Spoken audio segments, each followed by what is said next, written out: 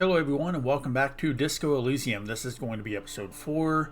So I know I didn't play the last 2 days. Yesterday I actually went and got a Switch 2. So yesterday I spent time setting that up and playing Mario Kart World. And I might make a video on that later. But let's get into Disco Elysium because I don't want to take too long of breaks between episodes. That way I can remember everything that happened the last time I played. So the last time I played, I think I was still looking for the lorry driver that could possibly be like handling these ingredients that the union workers are using to distribute drugs or whatever. And I met a whole bunch of people. I talked to dispatch or whatever from the precinct that I'm at and told them that my badge was missing, and that was really funny. But I feel like last episode I didn't really do a whole lot. I did get Sylvie and Gart together, which was really nice. But yeah, I didn't really do a whole lot. I felt like when I stopped last time, I was like just now about to get into maybe like a big story moment. So yeah, I was really tired at the end of last episode. So I'm going to go ahead and get into it. Let's see what happens today. I don't know how long I'm going to play today. Probably around an hour. So let's go ahead and get into this.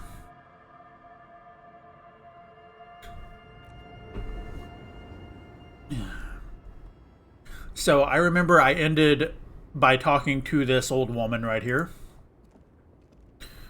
And yeah, I'm still looking for the vehicle that could be holding all of these substances that I need to find or whatever. Bold slogan, Humanox covers the truck. What's this over here? More money. A white tank top. Sure. Oh yeah, I did talk to my friend on Discord, and he said that I should go back and grab all the tools from the toolbox. I might go talk to these people up here in a second. Yeah, let me go grab the tools from the toolbox.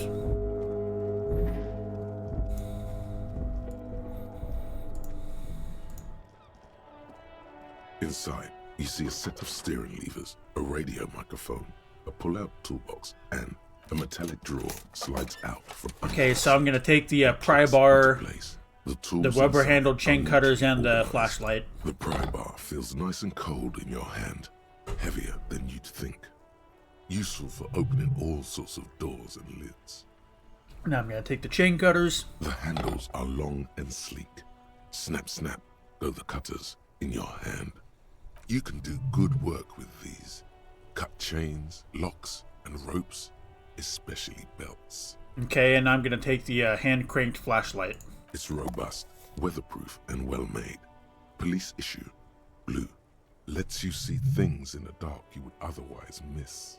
The pull-out toolbox slides back. Okay, now let's go talk to the people up here.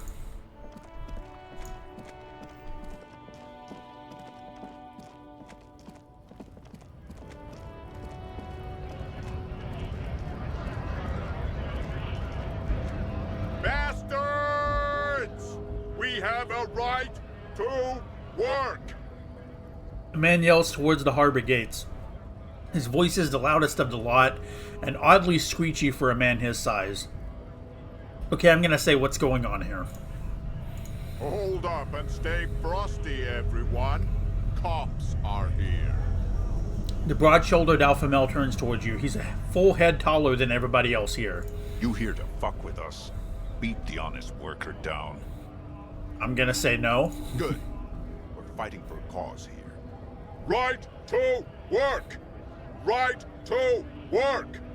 Besides, we're not that different. It helps if people see us talking, cops and strikebreakers together. Shows authorities are on our side. Builds confidence. Okay, so what kind of causes are we talking about? I don't think I've chosen any sides yet. Regardless, I have some questions for you, and I'll be going now. So I'm going to say, what kind of cause are we talking about? Rights of people. Rights of workers.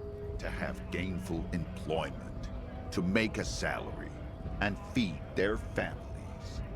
His manner of speaking is wooden, the tone of voice bland and uninspired, almost as if compiling replies from a set of learned phrases. Okay, I'm gonna say I don't think I've chosen any side yet. Might be time. Don't let the fat bastards tread on you.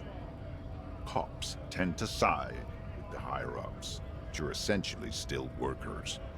I don't trust cops, but I can see you understand the Right to work! Right to work! Okay, regardless, I have some questions for you. Maybe you should ask them the questions, like why we're not allowed to make a living here. Shame on you! We have families to feed, you piece of shit. He points his finger at the man sitting on the railing. So do we, Scab. The loader man hollers in return. Okay, I want to get into the harbor too. What is a strike? Who are all these strike breakers? What exactly is their goal here? I'm going to ask what their goal is. We were promised work. We'd be in there, working, if the bastards hadn't shut the gates. And you are unable to breach the entrance? Main gate's locked. Would take heavy ordnance to bust it open. Could try to get in through the secretary's office. Door's locked. The guard's blocking the way to the access panel. And I don't mean the scrawny mess punk either. I mean head measurer. Or whatever he is. Wait, head measurer? Huge Seminese guy standing up there on the overhead passage. Won't let anyone by. The access panel is right behind him. How bad could one guy be? You seem capable. Bad. Standing on a narrow bridge, he's got a strategically advantageous position. And he's trained. I don't know how the Union has a trained killer up there. But that one's no joke. And my men are tired and hungry. They're workers, not fighters. Why don't you just talk to them? Like civilized folk, you mean? These native fucks don't understand civilized. It would be better for the neighborhood if you went home, at least for now, if you can't get in anyway. No! They will give up eventually. Or get drunk. Leave the button unguarded. Then we charge. Okay, who are all these strike breakers? Honest men and women, with rights, to work, to be useful. Not toys for corporate interests. Man runs a hand through his steadily graying military haircut. We came here to help the harbor run smoothly in time of crisis. If Union fucks don't want work, they ought to let in those who do want work. I mean, I generally do agree. Like, if somebody wants to work and you have people striking, like, it's... I know it's sad to say, like, a business can just fire people and bring in people who actually are willing to do the work, but I mean, to me, it's just how business is, you know. Like, it's not really fair to the people who are willing to work for, let's say, like, a lower wage. For the people who are, you know, out there unionizing and striking for higher wages, if somebody comes in and is willing to work for a lower wage, like, it's in their right to do so, in my opinion. But yeah, it's... Yeah. Okay, continue. I have a question. Why do all these men follow your leadership? You think they follow because I'm big and loud? No. They follow the rules of the market, the rules of the economy, because they were Given a job to do! Okay. What is a strike? I mean, I know what a strike is. What is a strike? when a bunch of ungrateful, lazy cockroaches can't get their act together, decide to block honest work for other people. He shifts uncomfortably in his worker's overalls. What do the strikers want? Beats me. They mumble nonsense about boardrooms and workers' rights, while we Have the right to work! There's something odd in the way he carries himself. His set of clothing looks vaguely mismatched. The different pieces of the attire seem ill-fitting. Well, I mean, I know it's... Let's see. Ill-fitting, what does that mean? His shirt is far too small and an unpleasantly tight fit, while the overalls, held up by a belt, seem to fit a man with much more corpulence. You're wearing new clothes? He ignores your question, choosing instead to turn to the emaciated workers, raising both fists in the air. The clothes are obviously not his. Silence is the answer. There's something off here, but he won't say what.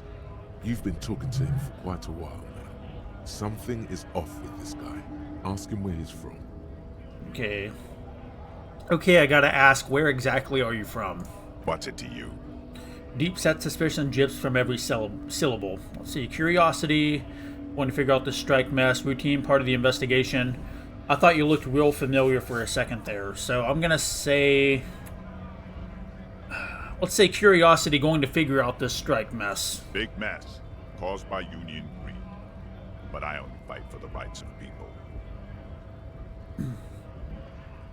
Okay, already got that. I'm interested in your background. We're all workers, right? Workers stick together. Came from the eminent domain, in Jamrock. Backgrounds in odd jobs, heavy lifting, cargo hauling, bouncer work. I know the drill. Sweet, I know Bar has been thrown out from several. Maybe that's why you seem familiar. I don't really... I do drink. I mean, he would be able to tell that I'm a drunk. But I don't really drink, but work has taken me to some. Which one was it? Bouncer, where I frequent a lot of bars. Maybe it's one that I know. I think I'll ask the first one. Worked at Territorial. Ring a bell? See, not right now, but I might have been there. I don't really remember things well. Yeah, I think I have been there. Let's do the second one. Not right now, but I think I might have been there. Uh-huh. It was a long time ago. The man is quickly losing interest in talking with you. Okay, let's just say I want to get into the harbor too. Have fun. Union shits are on full strike. Don't think they're going to let you through the gates. I'm trying to meet their fat boss. I'm interviewing people about a murder that took place here behind the hostel cafeteria. I know nothing about a murder. His reply is snappy and terse. Absolutely nothing? Wouldn't put it past these harbor bugs. They'd do anything to stay alive. Right to work! Oh my god. It's shameful. Cops doing nothing. You should bring backup. Open up the gates for us. Blockading gainful employment for workers is a crime. Just because I don't want it to be open yet, because I do want, to keep these people around, that way I can interview more people, I'm going to say this isn't really my area of expertise. We are not picking a side in this. Yeah, exactly. Thank you, Kitsuragi. Pity. Let us work! Okay, I'm going to leave now.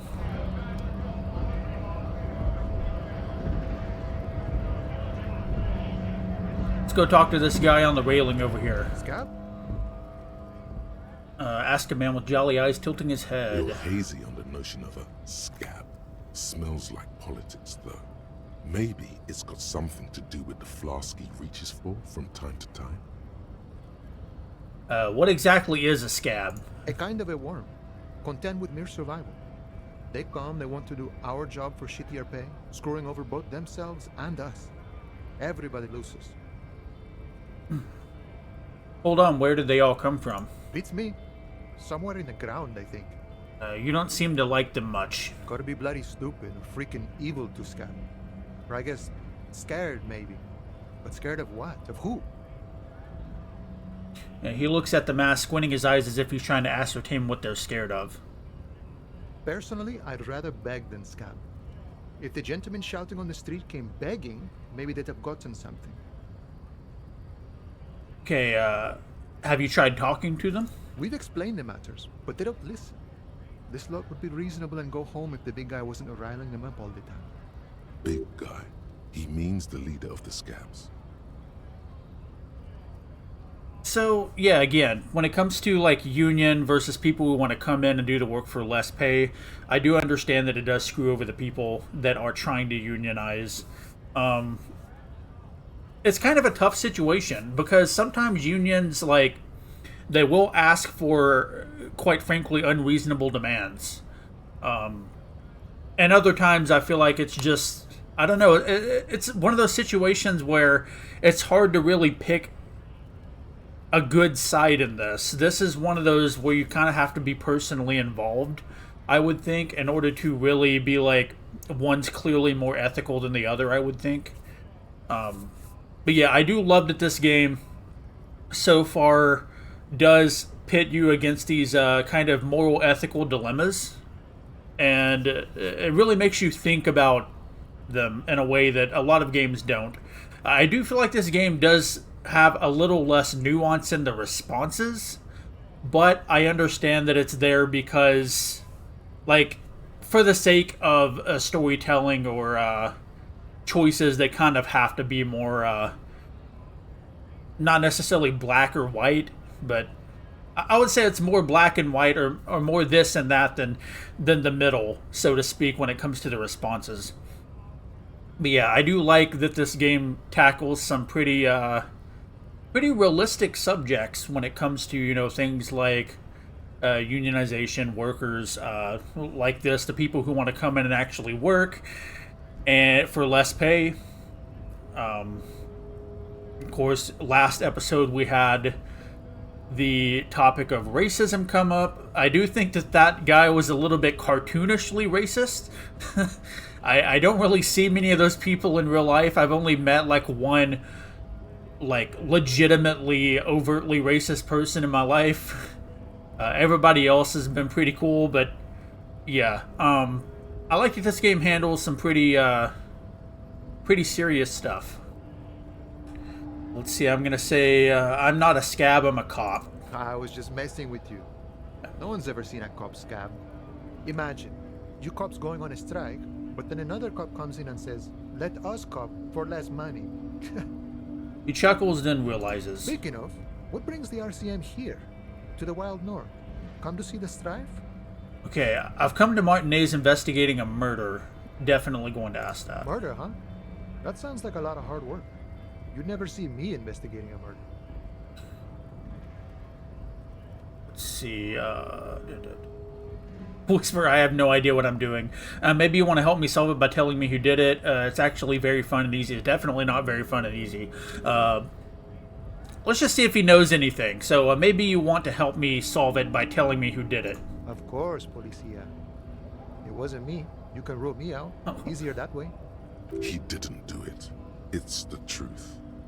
Okay, so, I need to know what's behind these gates. I'm exploring. I'm a bit short on money right now. Can you give me some? But what's the strike about it?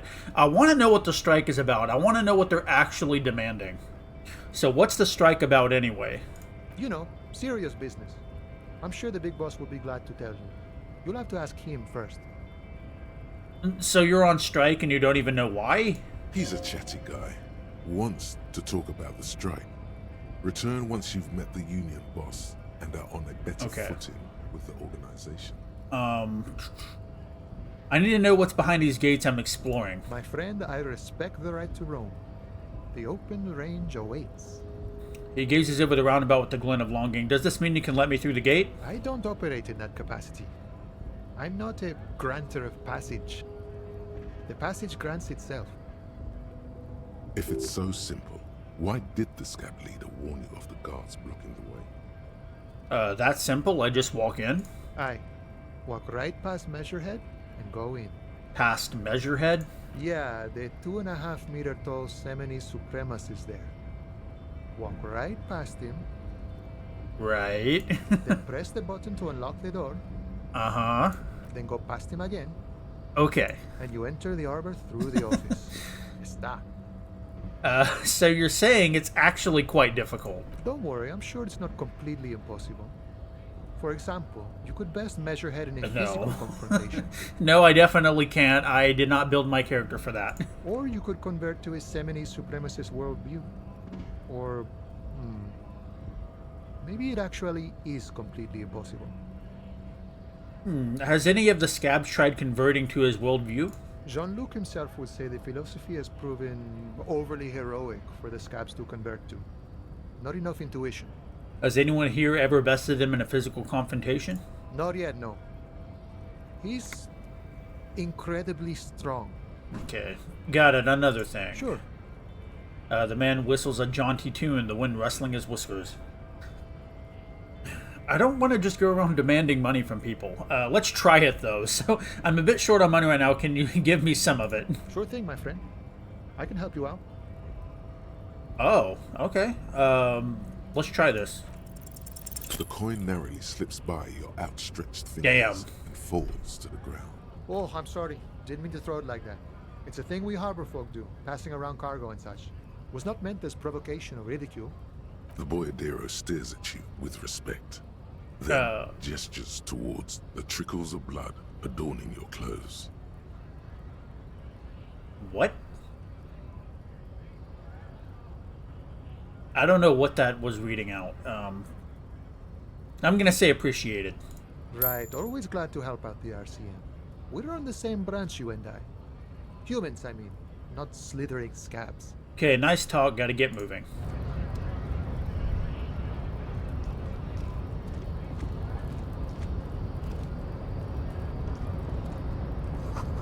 A notice: in case of a strike, press button behind guard.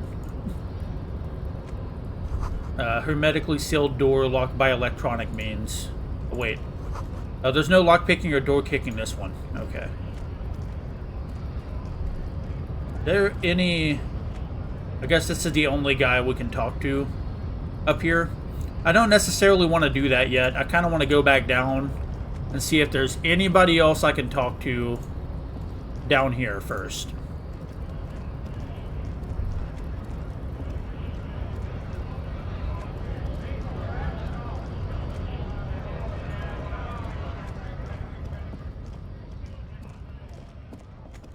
I think I've already, like, seen most of the people that I can talk to down here.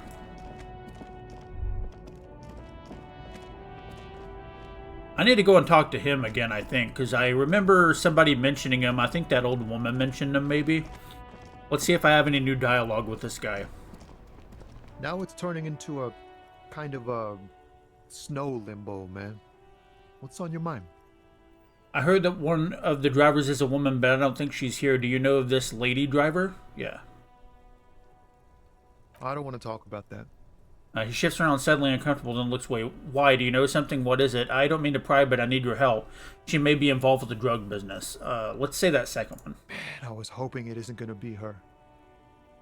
All I can say is, she isn't around here anymore. She isn't some evil drug trafficker. And I don't know where she is. Okay, I asked you who's conducting the drug trade. You said you didn't know. Now you're saying you do. Let's see, who is this person? What's her name? Who is she to you? What does she look like? I think I'm going to say that first one. I asked you who's conducting the drug trade. You said you didn't know. Now you're saying you do. I didn't, man. I told you I was hoping it's not her. That she wouldn't be mixed up in it. Okay. It's true. We would of course lie. But a kind heart is tricky. Bah. Emotional rhetoric. He knew something and he didn't share it with you. Yeah. That's a fact. Okay, who is this person? What's her name? Thank God I don't know. People here call her the lady driver. She kept her name a secret. From me too. Now I see why. Who is she to you? A friend? An acquaintance. I don't know. She was the only person in this damn jam I could talk to. She's someone I don't want to rat out to the law, okay? I'm not gonna arrest her. I just want to ask her some stuff. Jeez. What does she look like? A youngish woman. Gruff, but in a cool way. What color hair? Blue and violet. Dyed. It was violet when she got here. Blue before she went. Then she may have dyed it again. When did she leave? Damn, I don't want to... Please just let it go. Whatever she did, it can't be that bad. She's not a bad person. I know that much. We can't just let it go. It's part of a police investigation. That's how it always is with you, isn't it? All part of the investigation. The girl's troubled. If you hunt her down, she may not survive it. I can't have that on my conscience. It won't come to that. We won't pursue her on this. This is information only. Exactly. I don't believe you. You said she's troubled. How? She's got the darkness in her. That young person's darkness when you think it's all over. And you're looking for a way out. She shared this with you? Yes. Which is why I don't want to snitch on her. see, I was told everyone's afraid of her, you're not. It's not snitching, it's just a few questions. I'll do that. I was told everyone's afraid of her, you're not. I heard the rumors. I saw the other drivers looking at me strange when we talked. And she told me, too, that she's had a violent life. But I wasn't afraid of her. More like for her. Did this violent life include drug trafficking? Well, it looks like it did now. But we didn't talk about that. We talked about life, you know? She talked about her mind. Hold on, her mind? The way it worked. The trouble it was giving her. When she left, did she leave her lorry behind? Fuck, man. Go grill someone else with these questions, okay? There are plenty of drivers here who couldn't stand her, or were afraid of her. They'd be more than happy to rat her out. I'm not trying to go pick her up and throw her in jail, man. He's right. There are other options. The raceman, for one. Wait, this guy says they're friends, then acquaintances. And he's okay with others ratting her out. Push Tommy and it will break his heart and his spirit. Don't expect you to be pals. Yeah, that's about what I thought. So you're alright with others ratting her out, you just don't want your hands dirty. Put yourself in my shoes. I need this for another investigation too. It's important. I can't blow it. She's a suspect. I need to tell you where she is, or tell me where she is, or I can't finish the investigation. Force Tommy. Fine, I'll drop the matter for now. I'm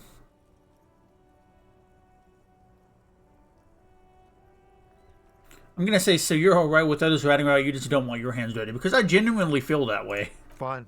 I don't want to be a butcher. And I don't want to be a knight either. I just want to be a person who can sleep at night.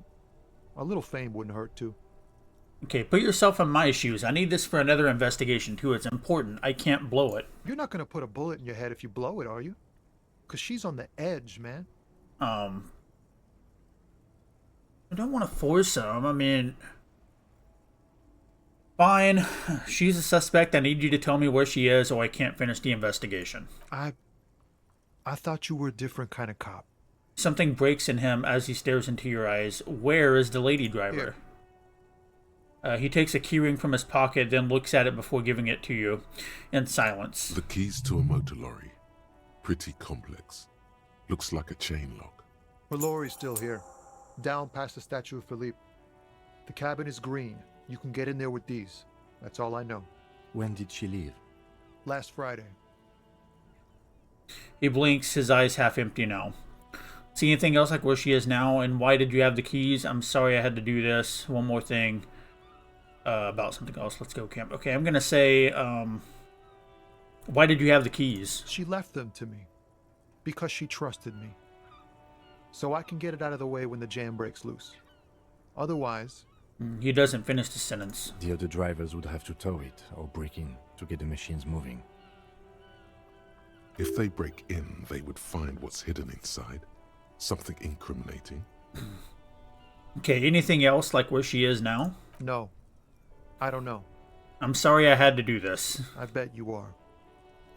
I really do feel terrible. Like, okay. Let's go, Kim. Thank you for your cooperation, sir. I know it was hard, but you did the right thing. You don't really think so? I really do. If I didn't, I wouldn't be in the RCM. Take care, sir.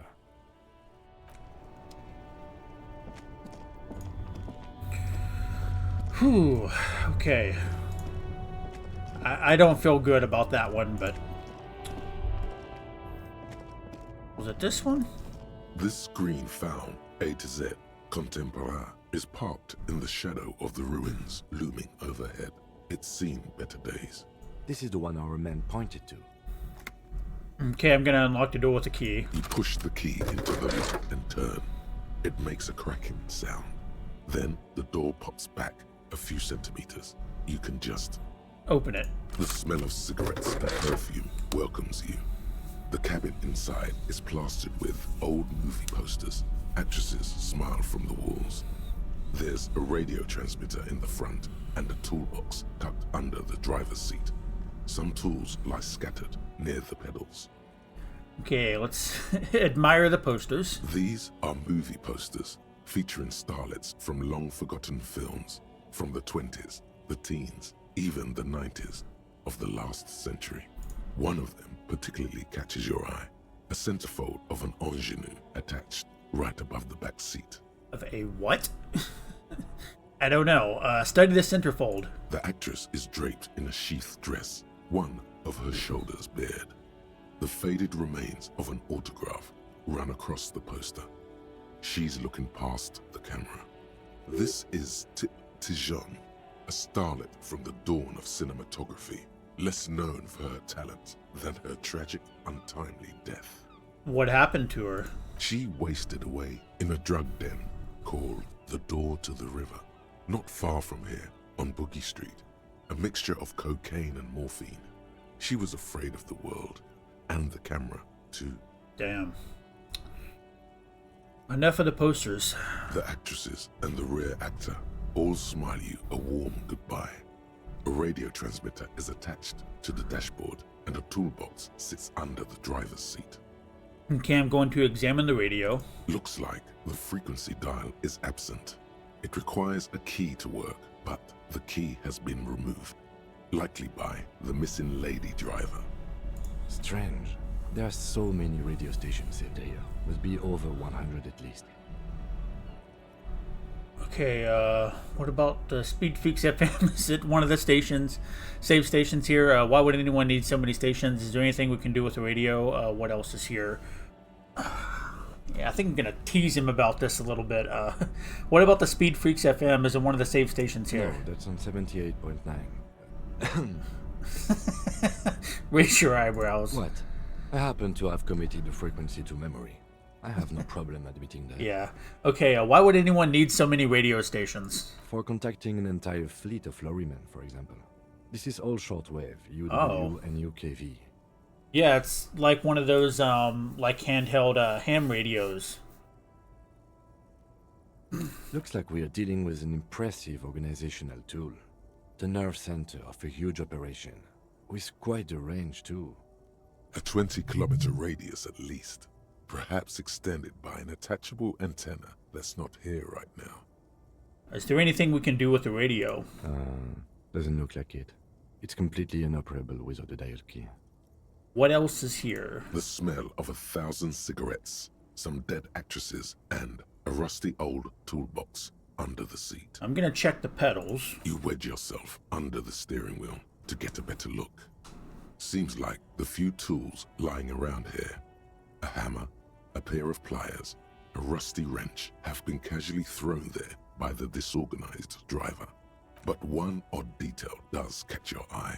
A piece of sandpaper has been glued to the throttle. Sandpaper adds extra grip. Yeah, and that would be the shoe that's like worn down, I would think, wouldn't it? Looks like the driver has glued a piece of sandpaper to the throttle to offer some extra grip. Sandpaper? A novel technique? Yep, the sandpaper would also rub off the pattern from the driver's right boot sole. Yes? He likes where this is going. Do the honors, he thinks. Connect it to yourself. One of the footprints at the crime scene had an aberration. One sole was smoother than the other. Which means that the missing lady driver was present at the lynching. See, and she's also the one running the drug trade with a handful. First, the drug smuggler, now this. How deep does this rabbit hole go? Women. Always up to something. Okay, I'm going to say first the drug smuggling, now this. How deep does this rabbit hole go? We've identified one of the footprints, but there are still 7 to go. He writes something in his little blue notebook. The movie stars are still smiling from the walls. There's a radio transmitter in the front and a pull-out toolbox tucked under the driver's seat. Some tools lie scattered near the pedals. Okay, I'm going to pull out the pull-out toolbox. A metallic drawer slides out from the seat. It's empty, except for a folded newspaper. That's suspicious. Let's unfold the newspaper. It's an issue of Périphérique from last Wednesday. A piece of paper falls out from its pages. Pick up the note. It looks like an article ripped out from a radio enthusiast magazine. Complex mathematical equations explain the basics of something called the Ulan frequency system. The Ulan frequency system? I've never heard of that before. I know of FM, AM, UKV, but... Push in the pull-out toolbox. The pull-out toolbox slides back into its nest. The rest is as it was. Radio, posters, A trace of motor oil smell under all the cigarettes. Okay, I'm gonna close the door. Close the rusty old lorry door. Great. I think we got everything. A word, detective? Before we return to Joyce? First, I want to do something. So I do have some skill points that I need to allocate. So I should probably go ahead and do that.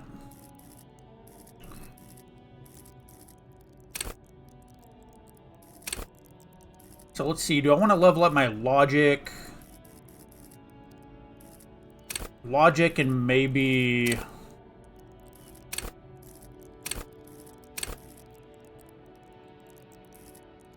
Encyclopedia?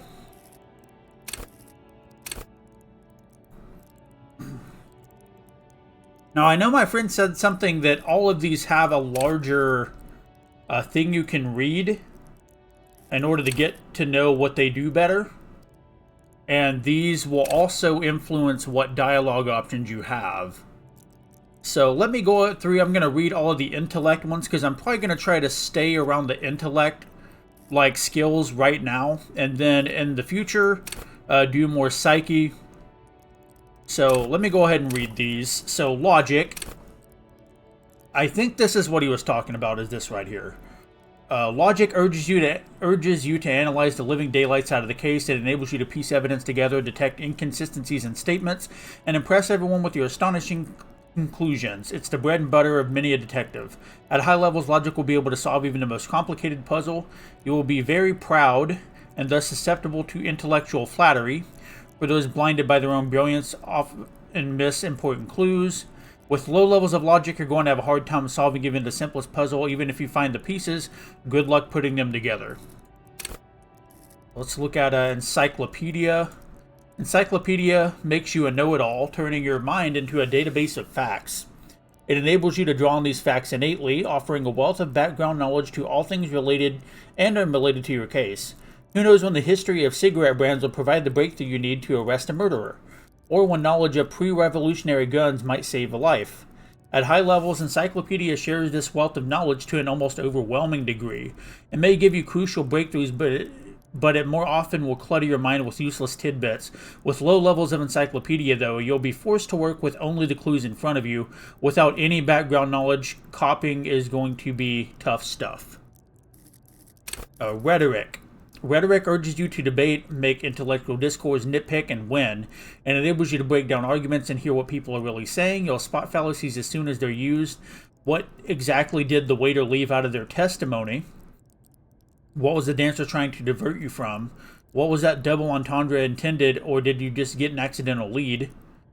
At high levels, rhetoric will make you an impressive political beast, one whose beliefs are impenetrable, which is to say one whose mind will not change, one who will calcify, definitely. With low rhetoric, though, you'll have a hard time of shooting down any argument. Nailing people to their testimonies will be nigh impossible. Drama. Drama urges you to treat the world as a stage and on it to perform. It enables you to lie and concoct the most elaborate and wonderful stories, to take on ingenious personas and perform acts of stagecraft in an entertaining amalgam of forbearing. I do not know what that word is, and deceit.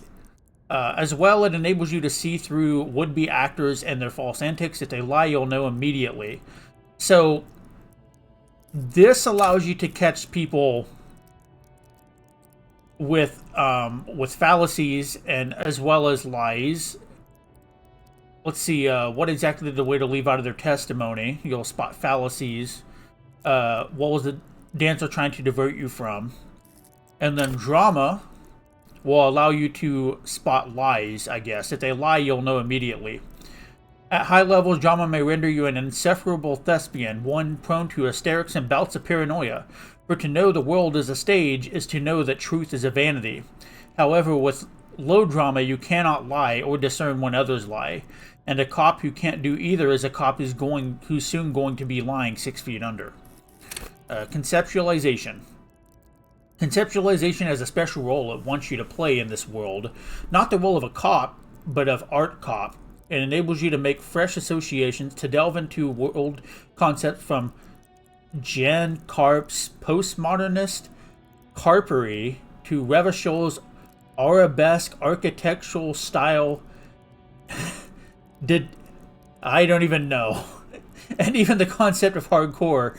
And then, importantly, to add your own contribution to these works. At high levels, conceptualization makes you go big, perhaps too big. It is ostentatious, demanding grand displays. Why live life when you can throw yourself into a live volcano? At little levels, however, you will be unable to see the world in a creative light. You'll be unable to contribute to conversations in an art gallery. Only boring people will invite you to their dust parties. And visual calculus. So visual calculus versus you not only in the laws of the state, but the laws of nature. It enables you to create virtual crime scene models in your mind's eye. You'll see how a bullet shattered the glass, and from that trace its trajectory with mathematical precision. You'll also count so many footprints and at a glance discern shoe size and design, as well as the height, weight, and gender of the one who wore them. At high levels, visual calculus makes the world reveal its secrets to you, but you may be so absorbed by your mind diorama that you don't notice as crooks steal your pants. However, at low levels, your mind's eye will be blind. Reconstructing crime scenes will be difficult without outside help. So I think we're going to take another logic. And I'm thinking, let's see, maybe visual calculus or encyclopedia. I know I'm going to get a logic. Let's see what else. So I think I was going to go on to Psyche as well.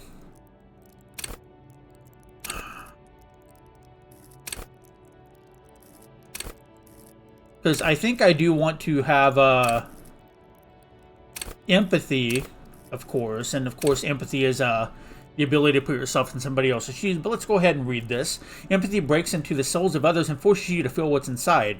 It enables you to notice social cues others may miss, perhaps a hidden sadness you could coax out a little more, a strange joy from someone who should be bereaved, or a hidden resentment that could return to harm you later. At high levels, empathy really puts you in other people's shoes. You'll cry for their sorrows, punch walls to relieve their angers, and be an even more unstable cop. With low empathy, however, you'll be an ungainly beast, unable to talk to anyone without upsetting them. I don't really want authority.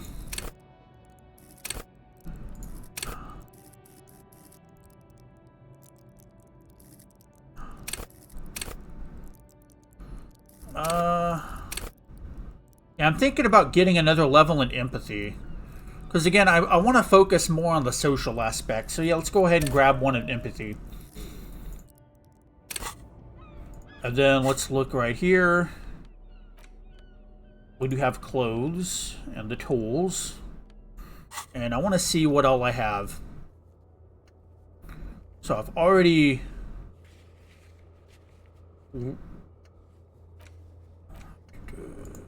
Look at what all I have done. So yeah. Track down your gun.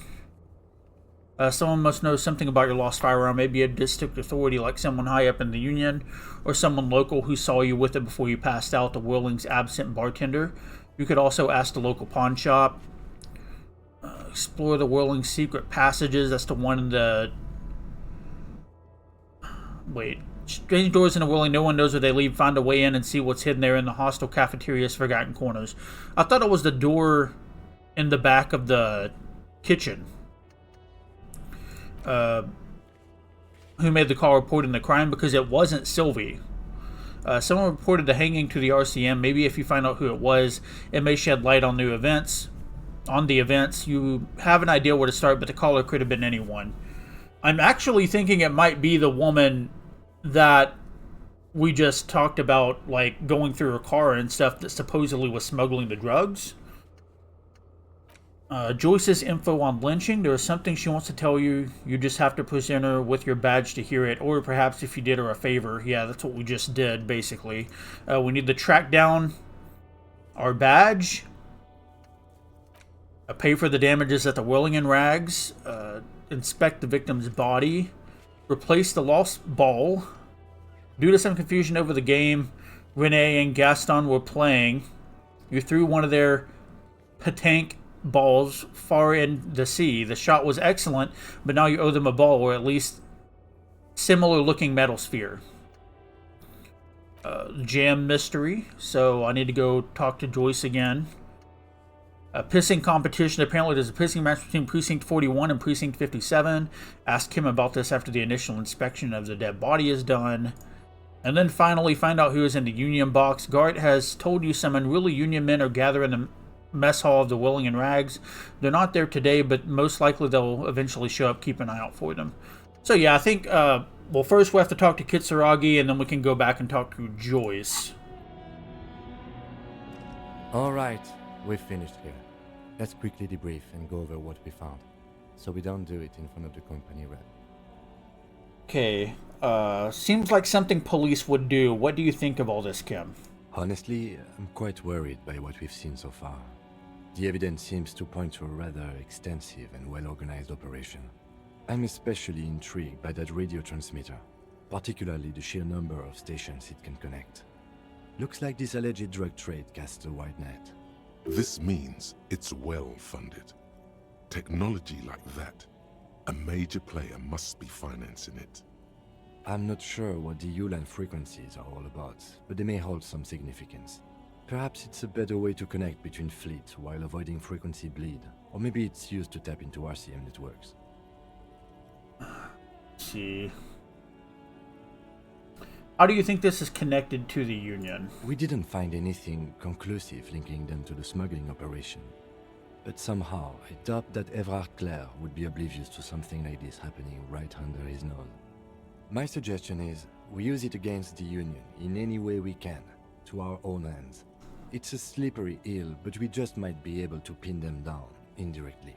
I don't know if I like that. I don't want to just sit there and accuse the Union of drug smuggling if they're not actually drug smuggling, you know. I get that it's a way in, but I don't know. Let's see, will the RCM open an investigation into this? We should return to the murder case, see what Joyce tells us about the lynching. When we are done for the day, I call my station and suggest our narcotics department look into it. There are more than enough grounds to start an official investigation, sometime later when we are done here. We do not want to get caught in that. He stops to think. What are you thinking? The fact that one hasn't started already gives me pause. An investigation, I mean. Especially if the Madrid grouping is involved, and I can't imagine they aren't. It's certainly worrisome. Corruption? All the same, I don't like the idea of internal affairs descending on the matter. That won't help anyone either. What about the movie posters? How do they factor into all of this? I mean, I don't think they do. As elegant as they are, yeah. I don't think they are relevant to the drug trade. Maybe the trader is some sort of cinephile. Yeah. Yes, well... he doesn't say more. Important. Yeah. Okay, debrief over? Debrief over. After you. See, I don't know. I'm conflicted. I get that we need more information, but I don't want to sit there and just pin it on the Union if it wasn't really the Union. I don't know. Tricky.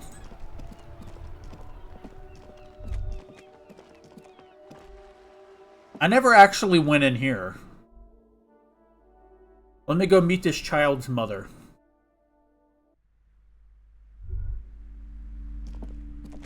Welcome to Crime, Romance, and Biographies of Famous People. My name is Plaisance. The clerk extends a greeting. Be welcome, and please take responsibility for the energy you bring into this space. Before we go on, you seem to be well off enough. Can you give me some money? I feel like there won't be an opportune moment to ask later. No. So, are you the owner of this store? I am. The proudest owner of our little shop of culture. Her voice is high-pitched as if to give it more penetration. Let's see. Your daughter is the one standing outside the store, right? Annette, yes, my daughter. I hope she wasn't slacking off again with her nose in science fiction. Tell me, was she at her post, doing her job like a proper girl? No, she was definitely slacking. No, I'm not going to do that. Yes, of course. Wonderful. Did you talk to her? Yes. Great. On a scale of 1 to 10, how compelled were you to buy books after talking with her? Her opinion of her daughter depends on how well she lured you into the store. I don't like this. I'm not gonna grade a human being. I don't do that. Come now, it's not personal. It's about proper sales practices and market research. I expect an answer. Fine, a 10. She's certainly very polite and helpful. My precious, her dedication brings joy to my heart. If you have children, I hope they turn out as great as my Annette.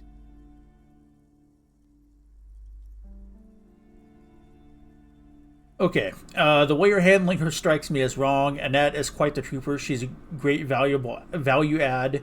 I'm here to dismantle the free market and abolish child labor. I guess she's a trooper, all right. She looks like she can take it, but it's actually wearing her down. You know she's been biting her nails. Okay, let's change the subject. I don't want to sit there and like out her to her mom as far as like her having stress about it, because I don't know how her mom treats her.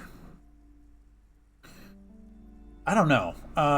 I don't know, maybe that's what I need to say. Let's see, I guess she's a trooper, alright. She looks like she can take it, but it's actually wearing her down. You know she's been biting her nails. God. I've told her not to do that. It's such a disgusting habit. She'll get over it. Anxiety is a part of life. Well, I like the daughter. I fucking hate the mom. Part of her My God. too, clearly. Ooh. Oh my God. I don't think she can do anything about it. She can, if she has enough willpower. This is what's called growing pains. Life isn't easy. Life doesn't give breaks. Come on, ma'am. It's obvious she can't do anything about it. You are placing an unnecessary burden on a young child. Okay, what you're doing is wrong, even I know that, and I usually don't know anything. That is true, and obviously the will of the market, but maybe an exception for your daughter. Yeah, actually, it's super alright for kids to chew their hands off, forget I said anything. Like, okay. I get you want your kids to work in the family business. I think it's perfectly fine to have your kids work in family business. But sitting there and saying, like, the only value that your child has is what they can provide to your business is disgusting. I'm sorry. What the fuck? This is terrible. What you're doing is wrong, even I know that, and I usually don't know anything. She stands stiff and severe, silently fuming. 10 or so seconds pass without change. She's looking for one, but there simply aren't any good arguments for being an asshole. Yeah. Oh no. Hold on. I need to invite her inside and apologize. She must be freezing out there. There. I don't know what to say to you. My husband, he tries to teach me business lessons. I have what my mother called a dull mind. All this stress.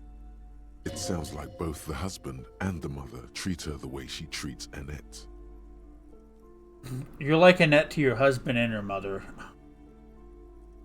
God, this is a sad family.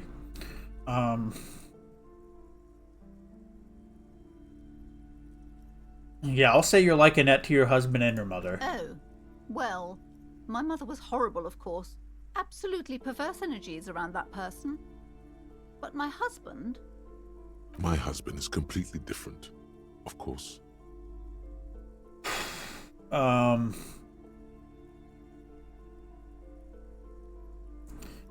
Is this husband Annette's father? Is she an only child? She told me she doesn't go to school anymore. Is this husband Annette's father? Yes. My husband is a successful entrepreneur east of the river. If only he were more involved in the business we're running up here. No matter.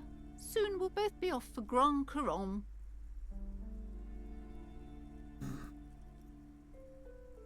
Wait, Grand Couronne, what's that? It's a proper place to live.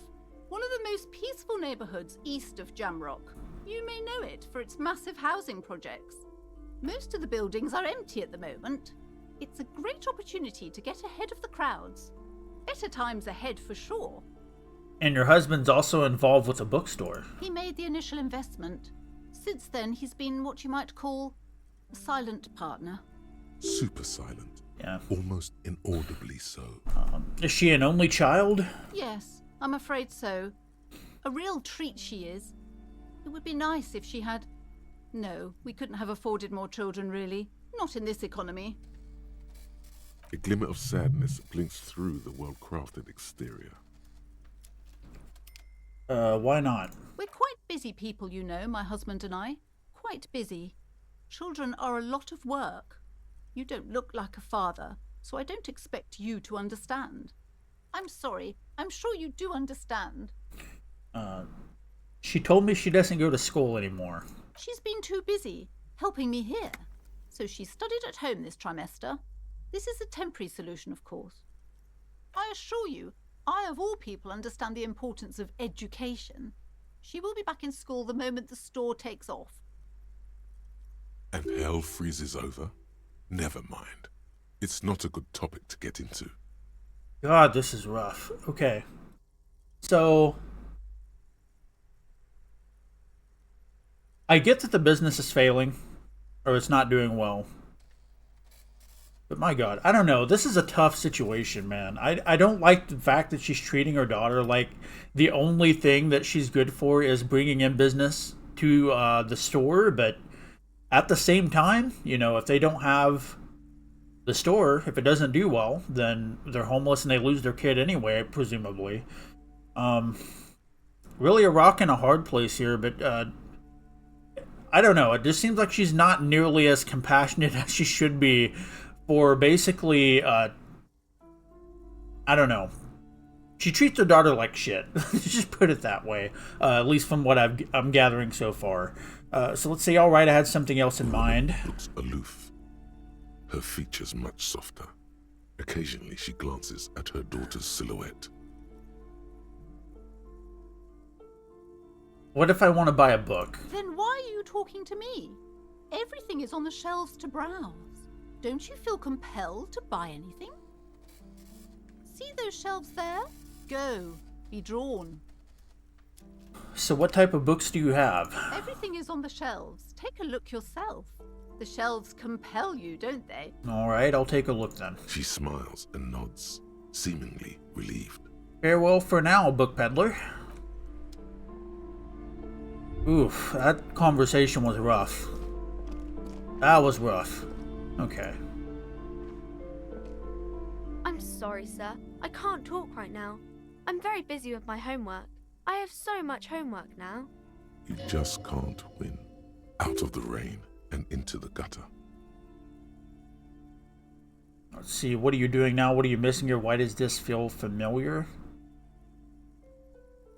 Okay, what are you doing now? Math. It's really difficult. Like, really. They say you need it to get rich. Better than standing outside in the cold, I guess. Personal story, I was good at math until they added in letters and numbers. Like right when I hit algebra, I did terribly. I almost failed, and this, like, I was getting straight A's and like maybe 1B up until, what was it, 6th or 7th grade when I started at Algebra 1, and then I passed Algebra 1 with a D, and ever since then I was not very good in math. Oh, I found something while you were away. What is it? I thought this would fit you. Like, thanks for helping out. Not me. The city, I mean. Like a detective does. She gives you a hat almost exactly like the one Dick Mullen wears on the covers. Aw. Wait, where did you get it? Just what Dick Mullen would ask. I got it from behind the curtains. I'm not really supposed to go there. A detective hat? Yes, just like the one Dick Mullen wears all the time. You'll look way more serious with that. Right, I have to get back to my homework now, before Mum notices. Man, this is hard. She looks back at the infernal scribblings under her nose.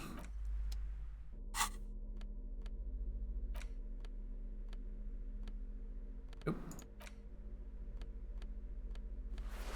Yes, I will definitely wear this. Definitely. That was sweet. Okay, old sports magazines tucked away in a dark corner. Let's go look over here.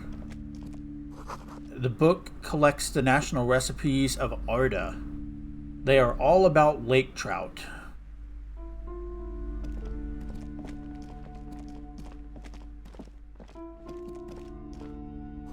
See, a quaint picture book brochure, very colorful. It's a tome of fascist magic, rather candid. The plaque on the shelf reads, biographies of famous people. You see a large variety of names, none of which ring a bell. Look through the display of books. Browsing through all the books with all their names makes your head spin. None of these seem important or relevant. It's all just vapid egoism. Yeah, I never really got caught up in the whole celebrity thing, honestly, myself. Suddenly, a particularly odd title catches your eye. It reads, High Speed Love, the tragic true love story of Jacob Irv and Alfie Delatraz, by one Cecilia Averbrook. What's it about? High Speed Love chronicles the romance between two of the finest tip-top tourney racers in history. One of them is the madcap driver, Jacob Irv. His blonde mane graces the cover. Next to Irv's life story, you see a slim biography of an Occidental rock star called the Anti-Star. He's famous for shooting morphine into one of his eyeballs and cocaine into the other. Next to that, Rivasholian radio personality Guillaume Bevy stands in front of a rundown drug den. He's a permanent fixture on Channel 8, reporting on real-life crime and ruining cops' days. I really must insist you buy one of the books. Reading them is not for free. Do still browse though, but not too long. This woman is pissing me off, you know. I always hated... Okay, story time. Let me make sure that I'm pausing the clock. Okay. I always used to frequent bookstores and like game stores when I was younger because my mother worked at a strip mall. So I would stay in those stores for like 2 to 4 hours or however long her shift was. And it would always piss me off when I was like looking at a book or looking at a game or something, and a store clerk would come up to me and be like, you either have to buy it or you have to like leave. Oh my god. I was probably like 12 at the time, and yeah, there's just a bad memory. I hate when store clerks are very pushy. I've always been bad about being very indecisive in a store, going back and forth and back and forth and back and forth. I even do it now with online shopping. I'll add something to my cart and take it out about 50 times before I actually buy it. So yeah, that just...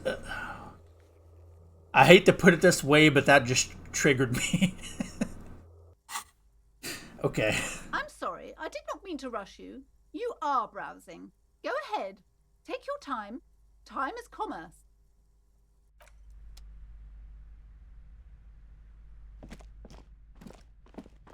Okay, another boring book just discarded here.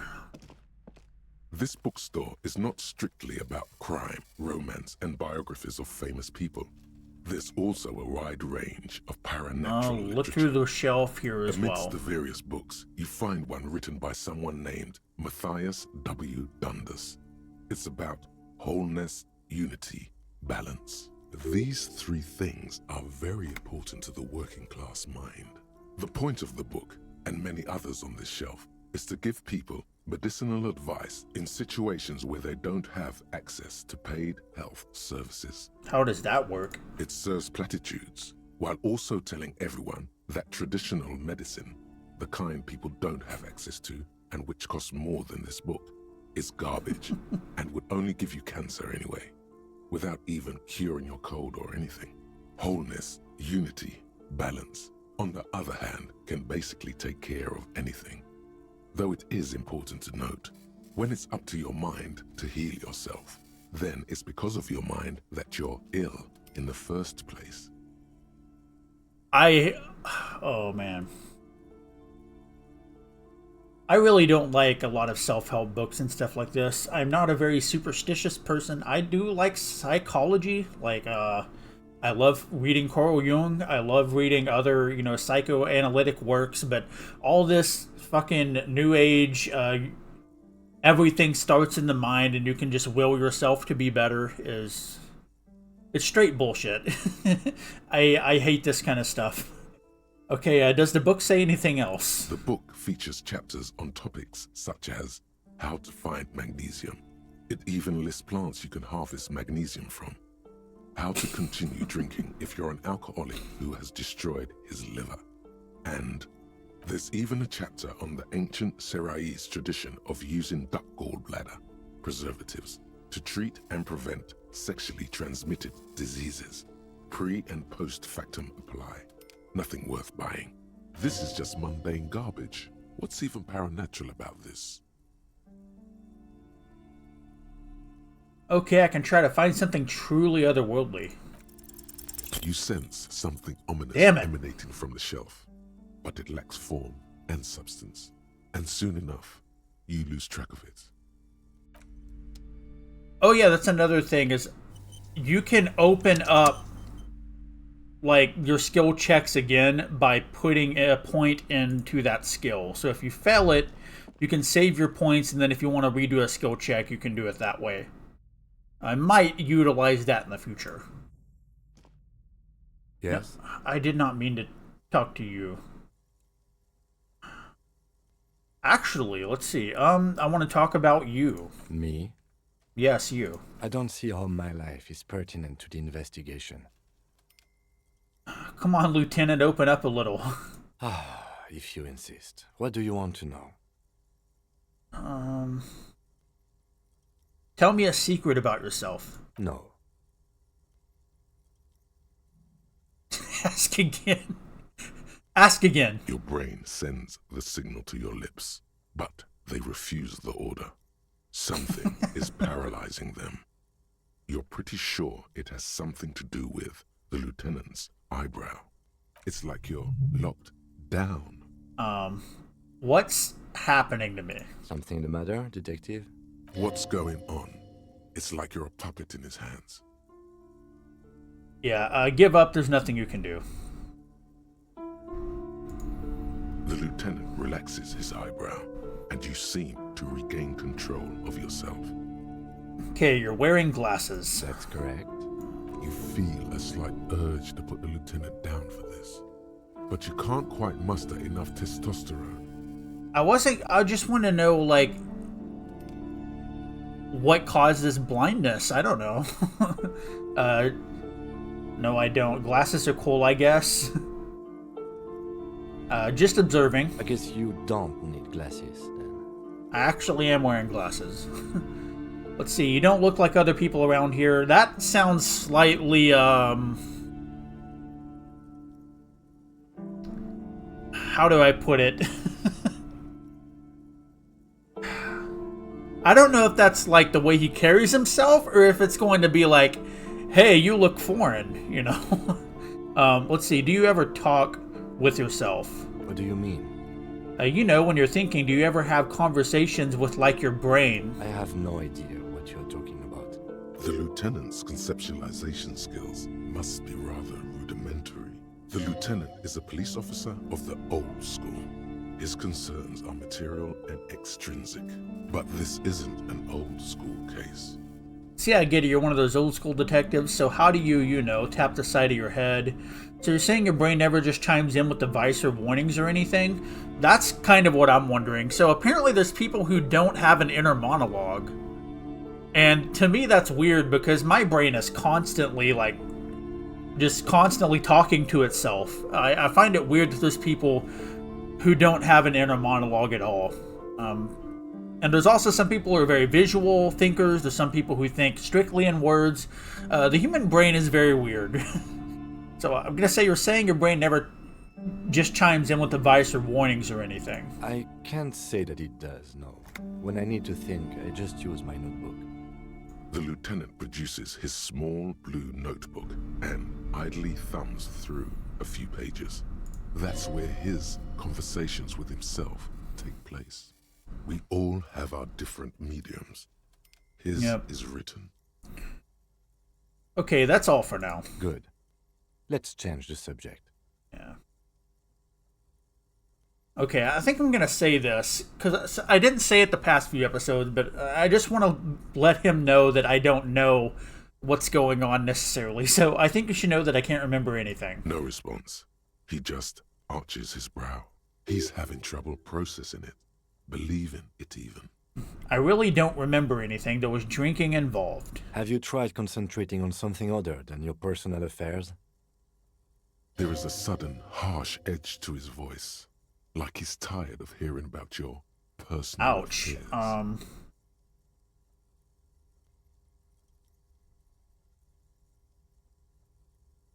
but I'm completely lacking in basic information about even this organization we're in. Can you help me? Fine. We should get through this day first. Off hours begin at 9 p.m. If you're still having trouble then, I can give you an orientation.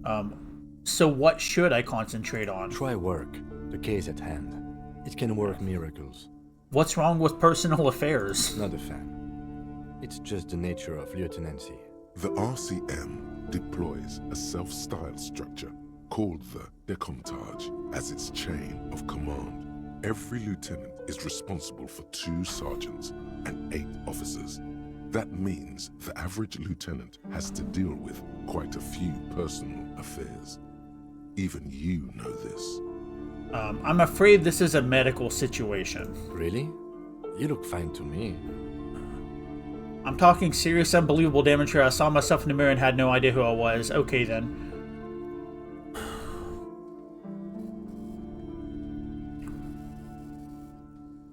I think I'm going to say the first one. I think I want to let him in on it because I am going to be working with him the whole time. So yes, I'm talking serious, unbelievable damage here. I saw myself in the mirror and I had no idea who I was. This psychodrama is unbecoming of an officer. Clearly, he prefers to think you're malingering. He cannot fathom that anyone could drink so much as to retroactively erase their I don't think he's going to listen. I'm just going to say okay then. Focus on other people's troubles, not your own. That is a relief. Okay, forget it. A moment passes. The lieutenant glances at the sports watch. Yeah, nothing. Actually, let's talk to him about the case really quick. Yes? What do you want to know? Nah. Good. I thought it was gonna give me more about what's currently happening. I can't remember if I looked at this shelf or not. These shelves are overburdened with books from the same series. You see the name Dick Mullen over and over. Yeah, let's look through the display of these books. Crime fiction is a disgrace. An asinine misrepresentation of the physical attributes of the arduous everyday work of actual police officers. But I love crime fiction. These books greatly overstate the excitement of police work, glossing over how long it takes to actually follow up on leads and eliminate dead ends.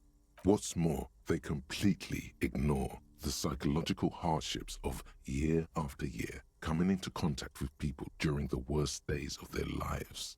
Not a single mention of all the stress this work creates upon the officer's family. Detective fiction just doesn't tell the truth at all. Now, would you like a list of all the books found on the shelf? Sure thing. You see Dick Mullen on the job. Get Me Mullen. The Stalwart Adventures of Richard P. Mullen. Dick Mullen and the Murder in the Orchard. The Sordid Affair of Dick Mullen. A killing is declared. Dick Mullen in the Murder House. The Final Case of Dick Mullen. An Obvious Lie. Dick Mullen in the Clock Tower. The Ordeals of Dick Mullen. Dauntless Dick. Dick Mullen's Funeral Pyre. The Murder of Dick Mullen. Dick Mullen dies? Oh no. Turns out he faked it to solve a case. Are there any more? Yes. There's also The Dame Who Did It. Farewell, My Mullen. Faking death seems to be a common trope in the Mullen series. The Morbid Tales of Dick Mullen. A dark tide turns. Tragedy calls for Dick Mullen. Another one with fake death. And, of course, Dick Mullen, the murderer. In order to catch a murderer, Dick Mullen must become the murderer. After all this, you still haven't found the answer to the one question that matters. Who is Dick Mullen? Now, let's try it. Who is Dick Mullen? Your quick eye notices a small caterpillar crawling across the spine of a book. The title reads, Dick Mullen and the Mistaken Identity. Okay, what do we have here? Mistaken Identity. A worn paperback from Dick Mullen's classic hard-boiled phase. The premise seems to be that Dick Mullen is framed for the murder of his best friend and has just a few days to prove his innocence. Why does this speak to me? Could it be the motifs of unstable identities and shocking betrayals? see, that's probably right. I'm a complicated guy full of contradictions, or no, it's got to be something else.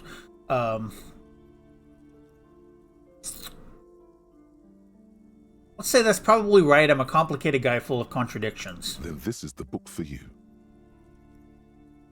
I don't have that much money, sadly. And I need to go and pay off the person at the hotel anyway. A small mountain of colorful board game boxes. There are numerous types of games for all ages. A lot of shelf space seems to be taken up by Wirral-related merchandise. An endless variety of source books, lore books, and codices litter the table. The topmost book is titled Welkin Compendium, 2nd edition. There's also a large hardbound tome with intricate cover art, The Hunters of Katawak, Boreal Creature Compendium, and a Pick Your Path adventure game book titled Tales of Wirral, Cavern of Velkrag. Books in a board game section? Who wants to read books? See, anything that really catches my eye? There's a box that says Wirral, 3rd edition Mega Setting Supplements Module. The side panel notes, a fantastique adventure board game, new maps and miniatures. A sticker on it displays 25 real. That price is steep, but then it's the 3rd edition Mega Setting Supplement, so it makes sense. Yeah, I don't have enough money for that, unfortunately. Let's go see if I can look behind this curtain. You see a set of tattered curtains blocking the way to another room. A strange cage-like trinket dangles from the curtains. Excuse me, officer. The back room is strictly for employees only. Pull open the curtains. Examined a strange cage-like trinket? You see some kind of charm, an irregular polyhedron assembled from bones, sticks, and straw. Inside, a disturbing fish head with empty eye sockets stares at you. This is a traditional Seminese ward, meant to provide protection against ill luck, bad dreams, curses, and other supernatural Right, scourges. because the daughter said the place was cursed, so her parents are probably superstitious too. So, see, and who are the Seminese? Inhabitants of Ile de Fantôme, the Seminine Islands down south. Aside from poking at it suspiciously, there is nothing else to do with the fish head charm at this time. The curtains remain shut before you. I don't think I'm going to open the curtains. I don't want to piss this lady off, so let's go ahead and leave. I'm going to talk to the woman at the boat, and then that might be it for the day.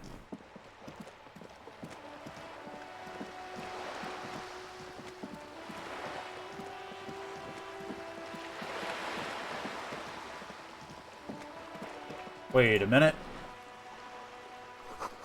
The belly of this boat shines like it was recently painted. Oh, okay. I thought maybe I could, like, lower the boat and get in it.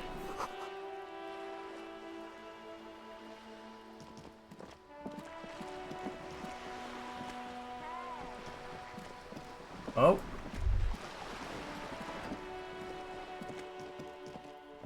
The streets will flow red once more. A great torrent rushing down Rue de Esperance. You wait and see. The girl stares at the sailboat by the pier. The streets will not flow red with anything. Who are you? I'm Cindy the fucking Skull. What else do you want to know? Date of birth, blood type, the last time I was tested for Hep C. Let's see. We just want to know your name, little lady. No need to get defensive. Don't use that tone with me. I am the law. Let's start with your blood type and go from there. Tap, yeah, when were you last tested, or just answer some questions, okay? I'm going to say we just want to know your name, little lady. No need to get defensive. And here I was, trying to be polite. Just can't win with you pigs. Despite the sass, she puts the brush aside. You keep looking off to the side. What are you looking at? What are you doing to the wall? Do you know anything about the recent murder, or catch you later, Cindy? You keep looking off to the side. What are you looking at? The lieutenant is desperately searching for another handkerchief. She turns her head to face the coast and nods disdainfully towards Joyce performing maintenance on her boat. Hatred, disgust. It's difficult to tell which of the two is more present in her girlish features. The woman on the boat does not notice her staring. That Ozon whore. Someone's got to keep an eye on her. Ozon is an archipelago 2 days' travel away from Rivershaw. Its moneyed residents, used to posh restaurants and upscale boutiques, rarely have reason to visit Martinez. You mean Joyce? On a first-name basis with her, are we? Piggy's moving up in the world. Hold on, what's Ozon? It's where they grow whores like her. And their whoremen. Why all the negativity? Have you got a crush on her? No. Aching for an opportunity to defend her honor. No. What are you doing to the wall? Can't you tell? I'm painting a beautiful mural, an aereo graffitio visible from low orbit. I haven't really started it yet. I'm waiting for the right words. She studies the wall, suddenly pensive. So you don't know what to write? Why are you so committed to defacing the building? I have an opinion on this. Want to hear it? Let's say, so you don't know what to write. Have you ever tried your hand at graffitio? When faced with a blank wall, most people write unimaginative stuff, like pigs go home and Mona is here. We rarely see pigs round here, though. Just union cads. And my name's not Mona, so... She wants it to be something true and total. So why are you so committed to defacing the building? This place is severely lacking in havoc. Not even the occasional trash can fire to break up the tedium. I thought I'd mix it up, you know, summon the forces of crime and social chaos with a wall-sized invitation. Guess some women just want to watch the world burn. So I have an opinion on this. Want to hear it? Yeah? Let's see. I love public art. Don't mind. Just keep doing what you're doing. I'm going to have to stop you. This is hooliganism. Actually, I don't have an opinion. I lied.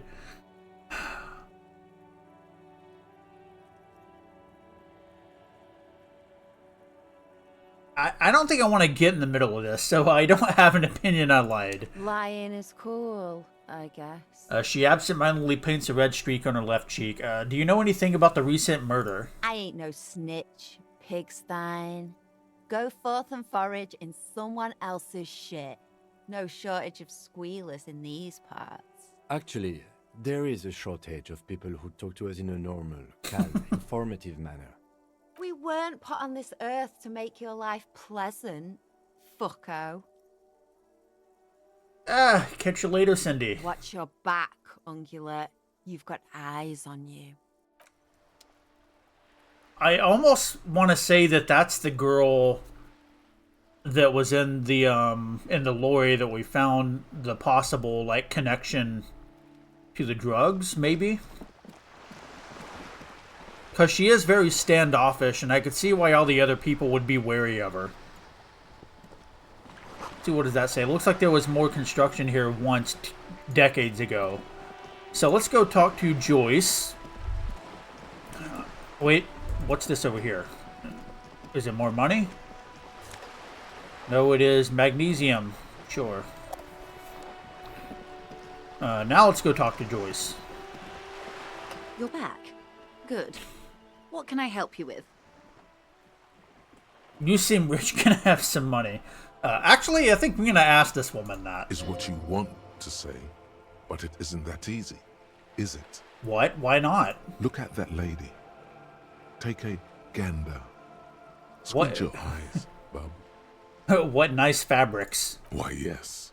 Tucked away under that sturdy green raincoat, almost rustic in its simplicity, a silk shirt and matching scarf around her gentle throat, while dull orange pearls hang from her earlobes, red from the cold. Her light green eyes scan you, full of knowledge and worry, wealth and all its possibilities. These are the kind eyes of the rich man that seem to say everything is possible, within reason. Yeah, so? Now look at you. You misery-clad simian, barely able to tie your own laces. Your armpits are lakes. A scythe of booze precedes you. Your hair sticks to your forehead, and your underwear feels uncomfortable. You're poor. Poor as balls. You can't ask this person for money. You're too... Let's see.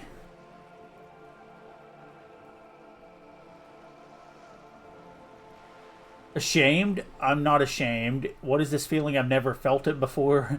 I'm a goddamn working man. I'm not ashamed to shake this leech for some dough. As I should be for even considering it. This is a woman and I'm a man. Yes, I should make my own goddamn money by now. I mean, I should make my own goddamn money by now, but apparently I haven't been good with money in the past, and I drink it all away. So, I'll just say I'm not ashamed. Oh, but you are. Too ashamed to ask this person for money. Too scared to belittle yourself in her eyes. Those half-precious stones of Erdenian. As I was saying, if there's any way I may be of assistance, please don't hesitate to ask. Okay, I spoke with a lorryman at the roundabout. Yes, my eyes on the harbour have sent word to that effect. What have you discovered? Wait, where exactly are these eyes located? It doesn't really matter, and I do apologize for the surveillance. Wild Pines can't afford to be blind at a time like this. In any case, it's a relief to know someone has looked into it. If I may ask, will there be an official investigation? I assume you discovered there is an operation. If there is an investigation, it will be part of an ongoing operation, subject to confidentiality. I am sure you understand. Of course, detectives. In any case, you've held up your end of our arrangement. I trust you with the rest. Now it's my turn. Okay, let's see what she has. I wouldn't normally break protocol like this, but the situation demands it. If you don't solve this murder, I'm afraid we may have a bloodbath on our hands. Okay, how are the lynching and the strike connected? I have an indirect role to play, I'm sad to say. My employer experienced a momentary lapse of faith in me. In that moment, they elected to deploy a private military contractor as an insurance measure. They called it my security detail. A momentary lapse of faith? They were dispatched after I relayed the union's initial offer. Every worker... A member of the board. I tried to convince my employer it was simply a piece of rhetoric, or a joke. They did not appreciate the humor. Do you need a security detail? Absolutely not. These mercenaries are muscle, pure and simple. They are meant to intimidate the Union into surrendering. Who are they, exactly? Crenell, an Oranese military company. As far as I know, 3 arrived in Martinez. They report to me sporadically, but they do not answer to me. To be frank, our relationship is deteriorating. They wear ceramic armor, have semi-automatic weapons, and years of combat experience. They also have trauma and stressor disorder, and no idea how to conduct themselves in an urban civilian environment. So, what happened? The story is, one of them, the Colonel, I don't know his real name, sexually assaulted a local woman while he was drunk and separated from his unit. This allowed some of the more militant Union members to subdue him. He was taken out behind the whirling in rags and lynched last Sunday night. What then? Nothing. Mr. Clare refuses to let me into the harbour. I have not been able to discuss this matter with anyone there. The remaining 2 Crenell contractors carry out their orders, for now. For now? It's a smokescreen. In secret, they are conducting an independent military tribunal into the lynching. Once this investigation is concluded, executions will follow. What is the nature of this so-called investigation? Whether to execute one, some, or all of the Union militants. Say you've made a mess here. I have to say this is not disco. Maybe investigations can team up, share resources until... Yeah, boy oh boy, is that not good. It's not good, no. My only hope is that you provide a single concrete suspect before the mercenaries indiscriminately pick theirs. Simply put... She grabs a hold of the main cell. If you don't pin this on someone good, and do it fast, they will identify and execute everyone present at the lynching. This in turn will force the Union to respond. The Debarders have over 2,000 men. It will be 1,000 to 1. Have you ever seen a Hornet invade a beehive, Lieutenant? It's not pretty. The Serai's giant hornet, the world's second largest insect, can kill 40 honeybees a minute, while a group of 30 can decimate an entire hive of 20,000 Yeah, bees reading the in less than 4 encyclopedia hours. earlier, it makes sense. It just throws in like little factoids here that aren't really useful. These men work in tandem using semi and fully automatic firearms. Their armor is virtually impenetrable to muzzle-loaded weapons, even yours. Most Union workers don't have guns at all. As I said, a bloodbath.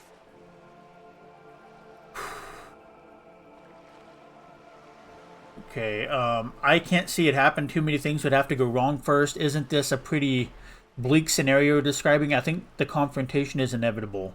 Well, I'm hoping it's not inevitable, and I hope I stop it. We need to find who actually killed the guy. That way that they're justly punished and everybody else isn't killed indiscriminately. So, say, isn't this a pretty bleak scenario you're describing? Many bleak scenarios have already come true. Nameless, badgeless detective of the citizens' militia. All we can do is keep the rest from going the same way. One single concrete suspect delivered into civil court, and I may be able to defuse this situation. Okay, what was that about a bloodbath? Yes. I'm afraid this strike may descend into a small-scale civil war, with possible consequences for all of Rivershoal West. Since you are sharing, ma'am, this is also the RCM's worst-case scenario. Then we're on the same page, as grim as it may be. Okay, what can you tell me about Crenell? Not much. Their public resume is relatively good, as far as private military contractors go. I believe they were once called Downwell. They boast a long list of clients: Saint-Baptiste, Welchman-Lorenz, Eendracht. A warning sign, however. The operations concerned all take place in third or fourth world countries. Guarding facilities, escort missions and such. Meaning they're used to operating in war zones. Yes. All the good conflict corridors, Supramundi, Yesut, the Seminese Islands, countries that don't have a good record reporting atrocious military conduct on their soil. Okay, anything else you got on them? Sadly, no. Before this happened, I had little interest in them. Now that I do, I don't have the resources. She thinks. If you still have access to the ICP's database, you could run a better background check than I ever could. It may take some time, though. The International Collaboration Police, ICP, is charged with coordinating law enforcement activities in complex multinational investigations. Their database is the single largest source of information in the world. Do you know a lot about the inner workings of the RCM and the ICP, ma'am?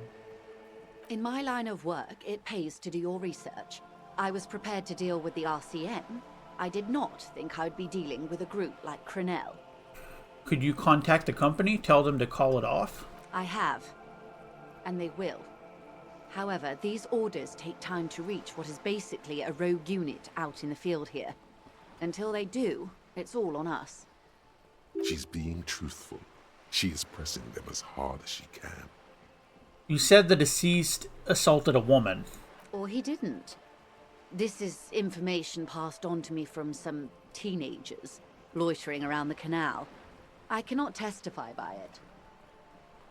Who did the passing on then? The remaining contractors. Their tribunal. It's what they believe. What did these teenagers by the canal say? That the man was killed because he assaulted a local woman. I've asked around a bit. This seems to be the accepted story around Martinez.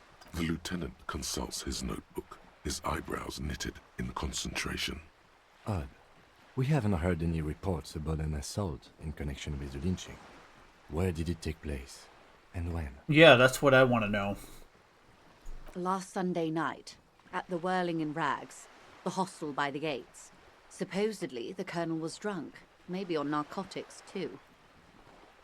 Either way, he's alleged to have sexually assaulted a woman. Sometime later, a group of dock workers got their hands on him. And who was this woman? That's a good question, officer. I don't have the slightest idea. As I said, it's a rumor about a rumor. In any case, it's what the Colonel's remaining colleagues believe.